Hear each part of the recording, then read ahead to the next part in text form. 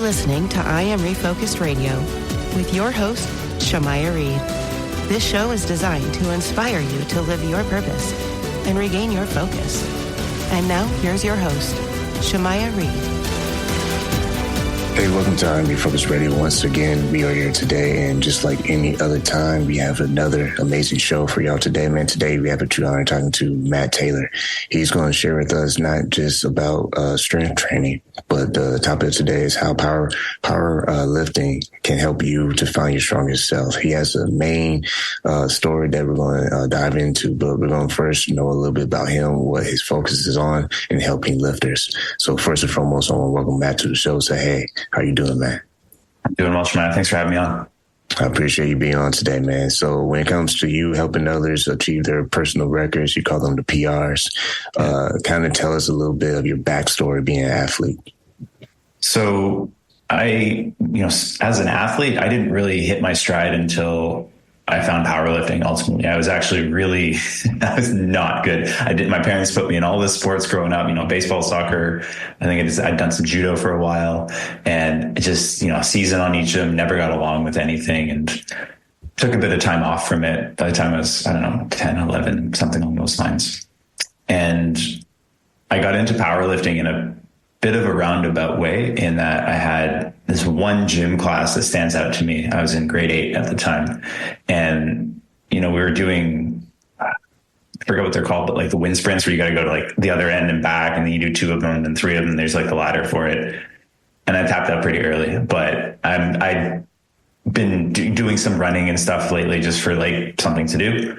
And my gym teacher came up to me, and the only part of the conversation I remember is how he started. He said, "Hey, Matt, you're pretty obviously not in the best shape of your life right now." And like I said, I don't remember the rest of it, but I just remember just seeing red and being like, what are you talking about, man? Like, I've been trying. I'm really busting my ass here. And so I went home that day and literally just Googled, how to get jacked without getting fat, and found a bodybuilding routine, because in my 12-year-old brain, the solution was, I just gotta get jacked. Like, I gotta show this guy, and very quickly started lifting the next day, very quickly found out, working at the local YMCA, I just didn't actually care that much about, once I cooled down, I didn't really care all that much about getting jacked, but the feeling of getting stronger and seeing this quantifiable increase on like, you're getting better at this thing, and it's a physical pursuit, was never something I really felt before. It always felt like I was kind of spinning my wheels or waiting for somebody to pass me the ball, and it just felt really good. And then you fast forward a couple of years, in talking with some of the regulars at the gym there, it turned out, squat, bench, and deadlift is a pretty big part of a lot of people's routine. There's a sport that revolves around doing as much as you can on those. And I said, hey, I really like getting stronger with this stuff. Let's give it a shot. And so I signed up for my first meet. I had a horrible time. And stubborn enough, though, where I was like, there's something here. This feels like it was my problem, not a problem with the sport. And, fast forward a few more years, I'd set a national squat record. Another year later, I actually won my division in worlds in powerlifting. And that same year in 2014, I started coaching powerlifting as my full time. And that kind of puts us here. 10 years. Once again, you're listening and watching us online on Refocused Radio, talking to our guest today, Matt Taylor. Go to his website, strongerupt.com. And we're talking about a topic, how powerlifting can help you find your strongest self. You left off moments ago about you went into division in the 2014 Powerlifting World Championship.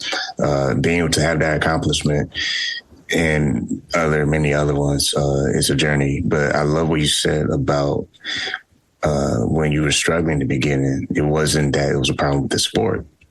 It was you having to kind of reflect on what adjustments that you needed to do. And that brings us to the part of the story in 2022. You had a health situation, and I want you to kind of illustrate that for the audience and how that next hurdle kind of set up how you started the process of going even further in training your clients.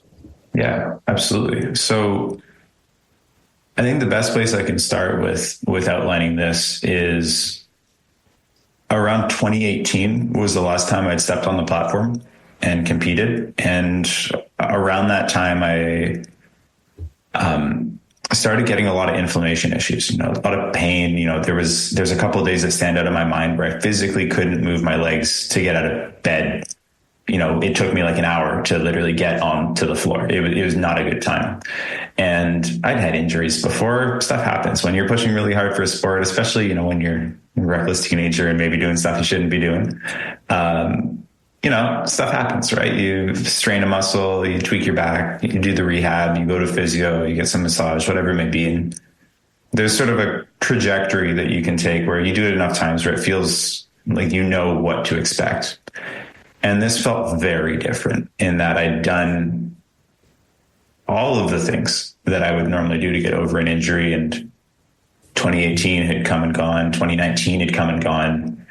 And I was trying so hard to find the answers and just couldn't. And over the next 4 years, basically, I continued along the way with trying to find more answers. And so talking with more specialist people, talking with sports medicine doctors, eventually getting connected with my rheumatologist, or now rheumatologist, and got basically a diagnosis that, hey, this is an inflammatory disorder that has to do with your autoimmune system. It's nothing related to lifting. It's not like you deadlifted too much weight and now your immune system is compromised. It's just a genetic thing. And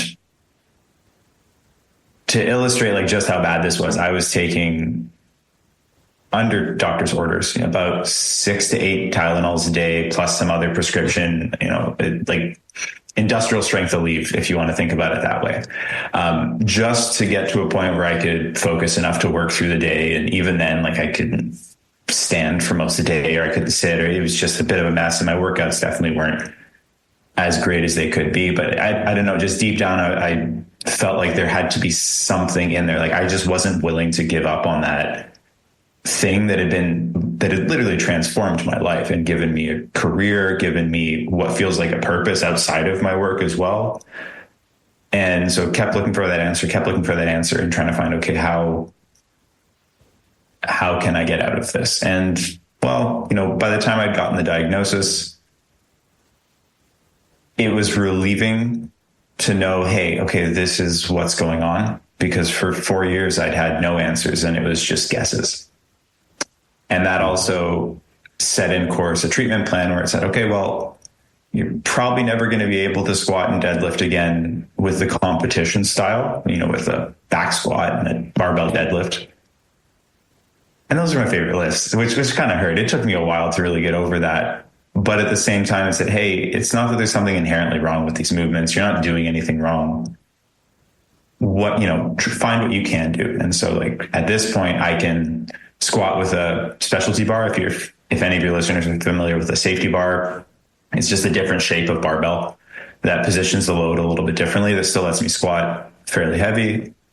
And at this point, I'm gearing up to hit the national Canadian bench record in the next couple of years if things go well. And ultimately, the biggest impact now with having a treatment plan in place and being able to manage it is, that dream of back squatting 500 pounds is kind of gone at this point. There's still an avenue for progression for me to pursue that, pursuit of strength, really, that's been so impactful for me. Once again, listen, folks, we're talking to Matt Taylor, and man, this is a story, man. I'm glad you're on the show, because it's very encouraging that you mentioned that you're still doing some other things outside of training, personally. You're still doing things that you yourself want to see yourself continue to do, and that takes a lot of courage, and also it's a little risk in there, because you're going through some things, so health wise, so you got to be very careful what you can and can't do. How were you able to work with your doctors, or just knowing your body personally, to kind of strategize what your limits would be? Mm-hmm. Yeah, great question. So with the inflammatory nature of things, at a nuts and bolts level, when you exercise, there's an inflammatory response that happens. And that's normal. That's how your body recovers. It's not bad. A lot of people want to demonize inflammation. it's a normal thing that's supposed to happen. It's just when it's chronic and, it never shuts off is where you start to run into issues. And that's basically what I was dealing with when I wasn't on a good treatment plan. And so the really, I suppose, fortunate thing is with managing this what I have, a lot of my daily and weekly and monthly practices are actually very conducive to managing it. So the things that make you good at powerlifting are incidentally a lot of the things that you would do to treat this. So managing your stress, eating a healthy diet, sleeping well. There's some supplementation and stuff you can do, like, omega-3 fatty acids to manage inflammation and things like that. And so I had all of those things in place already, which meant, okay, really the only thing that was missing was medication at this point, and just getting, taking my immune system from being on absolute overdrive to just bring it down a little to kind of a normal baseline. And that's, the medication was sort of the straw that broke the camel's back, so to speak, where it allowed me to then resume, okay, well, I have a framework now to work with for training.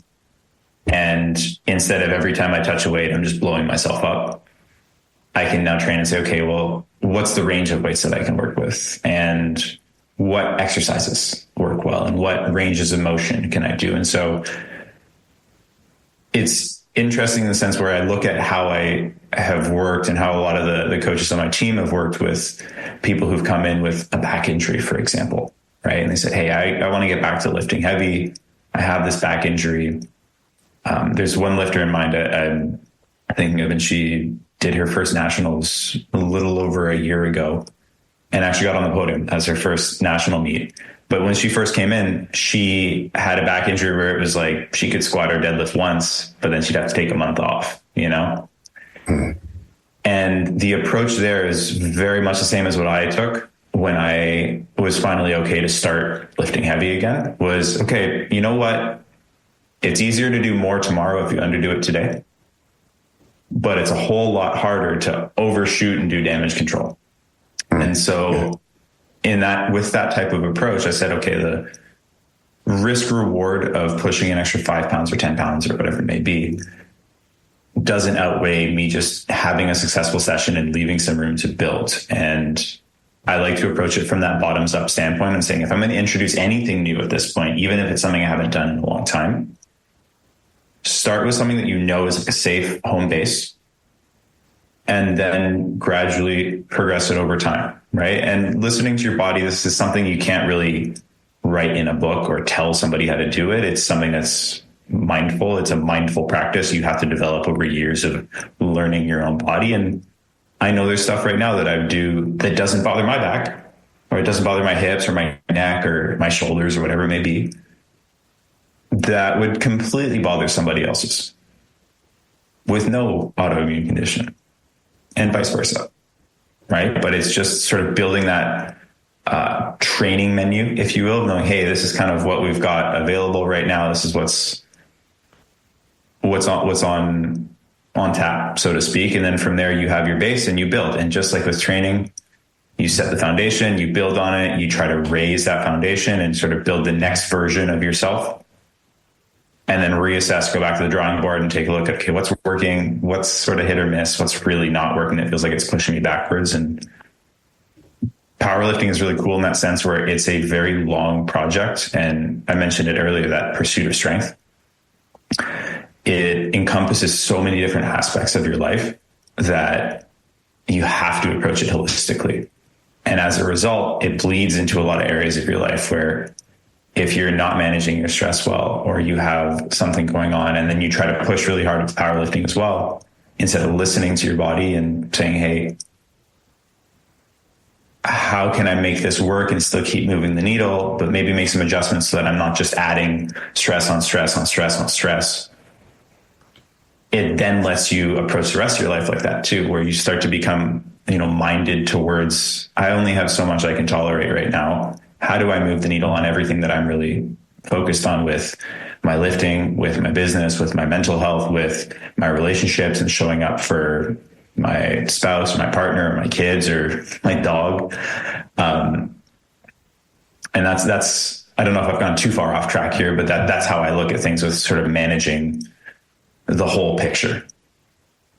No, you gave us an excellent picture because the point you made about just kind of dialing in, dialing back based on self-awareness is what we come in here on the show with our guests. But self-awareness and what is my stress levels outside the gym and powerlifting, and what are my stress levels during powerlifting. But the key that I really like is if your personal life is out of whack, then you're almost putting yourself in more risk thinking that you can just power yourself through with the powerlifting, because I think that's an excellent point.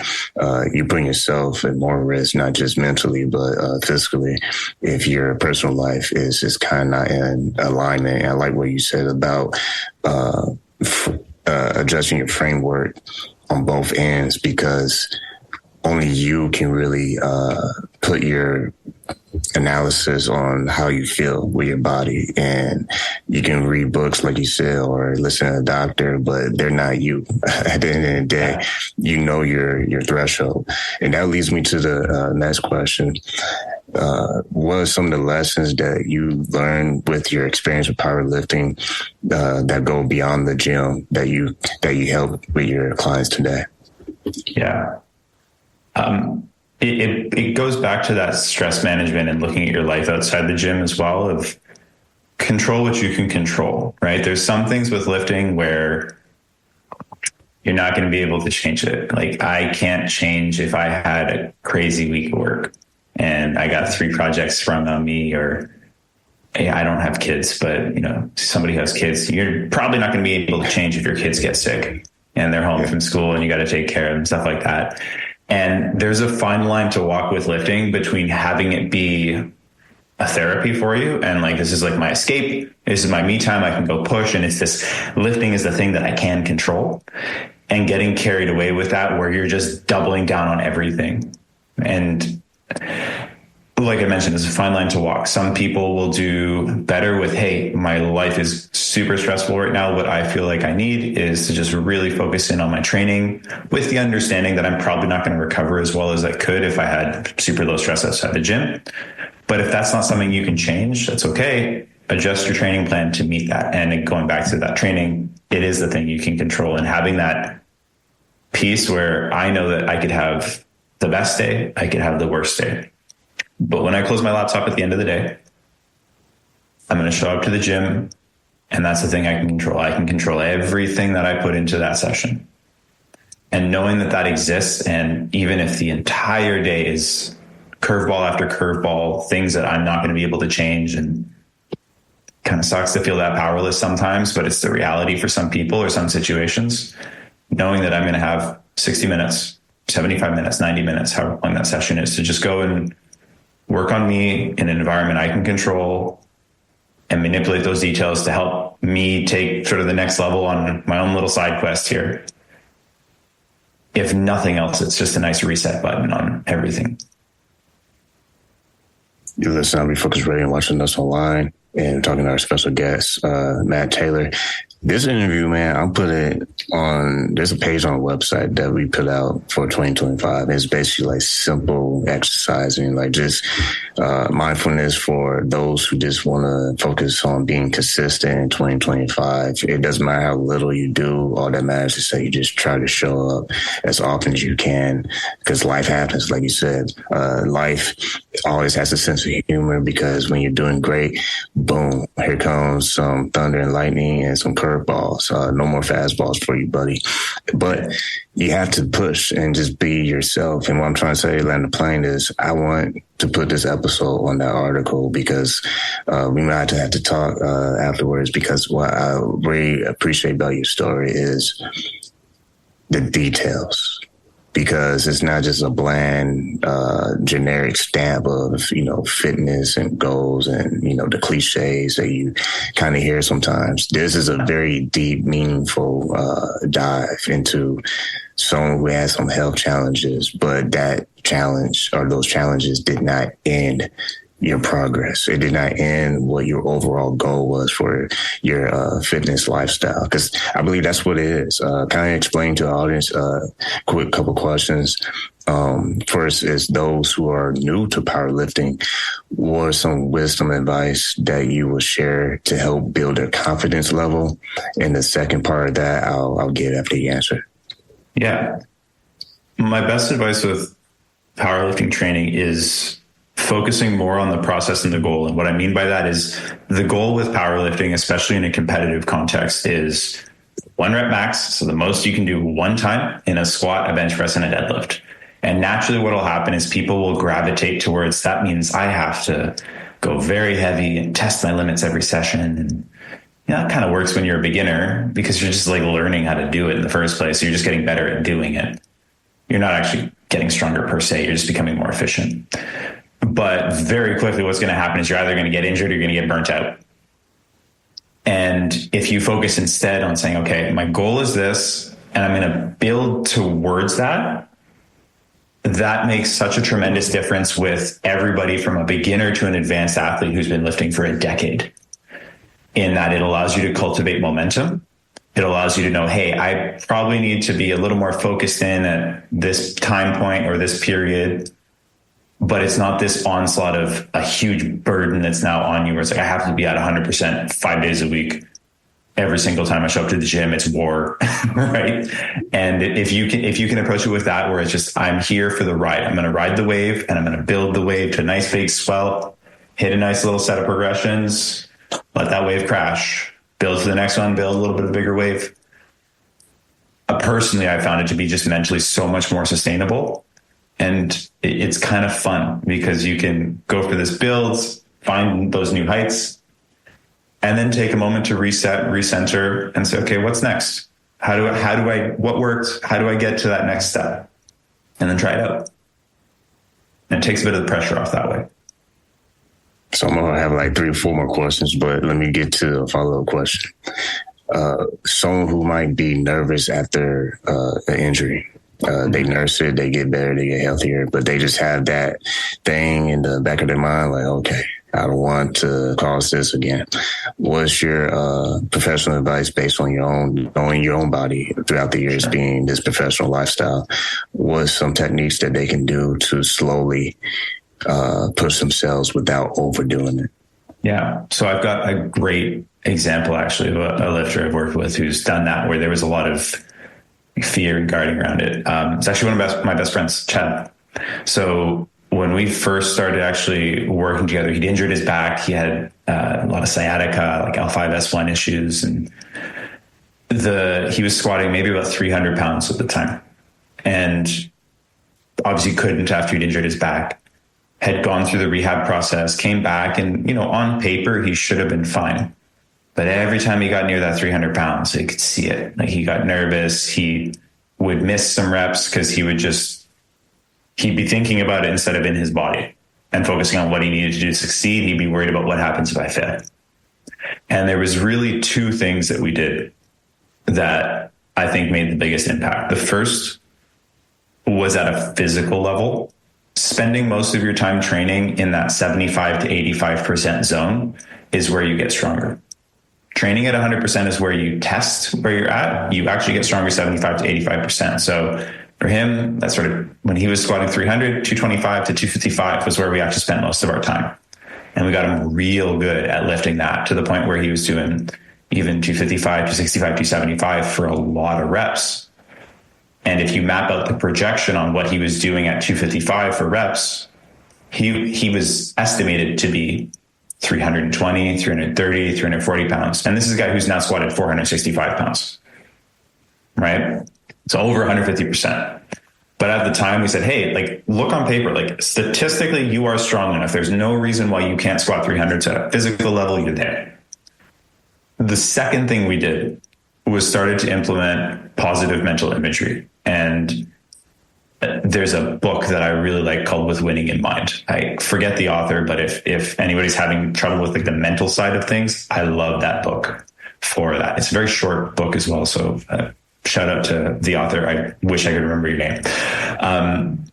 But basically the way that it's structured is all you're going to do is a few times a week, you're going to set aside 3 to 5 minutes and you're going to create a mental movie. And in that mental movie, you're going to visualize you doing your desired outcome. Now, your goal isn't to make some fantasy tale where it's unrealistic and you're squatting 1,500 pounds, right? It's like, just go to the next step. What's the goal you're actually trying to work on? Okay, well, I want to be squatting 300 pounds confidently. Okay, so let's say doing something 5 times is probably confident, okay? I said, all right, I want you to visualize yourself doing 300 pounds 5 times. And what you're going to do is you're going to create the image from the moment you set up and you're kind of starting to approach the bar. Look at the plates. How many plates are on the bar? What does the bar feel like when you touch it? Where does it sit on your back? How does it feel in your hands? What sounds do you feel? What physical sensations do you feel? What are the cues that you go through? And the goal is creating this full, Peter Jackson cinematic masterpiece in your head of exactly what that perfect set feels like that's successful. And so then by the time you actually get to going and doing it in real life, you've done it 10,000 times in your head. And the real key to this positive mental imagery is when you find yourself tripping up, there will be a point where you're like, let's say with Chad, right? He's setting up under the bar for this squat in his mental movie, and he takes that first step back, and then he notices his mind's just like, oh, I'm not sure if I took the step back the right way. I feel like my back might tighten up on me, or I can visualize my back potentially tightening up on the third. Stop. Don't go any further in that movie. Just reset, go back to the start, and build forwards again. And get to that point where you can keep focusing on what you need to do, positively succeed, as opposed to what you need to avoid, where you're trying to pull away from failures on your mind. And it'll be frustrating the first few times you do it because it'll feel like that movie is about 3 seconds long. But as you build towards that full feature-length film, you'll find that when it's time to go squat that 300 pounds for 5, you're like, okay, cool. I know exactly what I need to do. There's no surprises here. I just need to go do it. The only thing I haven't done is the physical. Everything else is done. I love that, man, because I can agree more. You can't jump scenes. So you can't start the climax on the opening scene. Everyone's focused on the climax. Because that's what makes movies great, is when you cheer on the person who has their struggles and adversity, and before you know it, they shock themselves or the world, and they beat everything against all odds. I think that's what makes not just movies great, but stories. I mean, look at yourself, your story. Once again, listen, every folks really watching us online, talking to our guest, Matt Taylor. Go to his website, StrongerUPT.com, but it's just look at your own story. You face adversities, you face times where it's like, okay, wow, this is definitely a setback. And you still push, you still press, even when you could have said, you know what, I'm retired. Let me write books or something. Let me do something else. But I admire that. And I think that's what makes people great, and goes back, circling to the top of the show today, how powerlifting can truly help you find your strongest self. I think what you help illustrate through the episode is that the strongest part of you is understanding you. Because if you fail at that, whatever your plans you think you have for powerlifting, it might go AWOL. It may not even work out. And I love the movie perspective,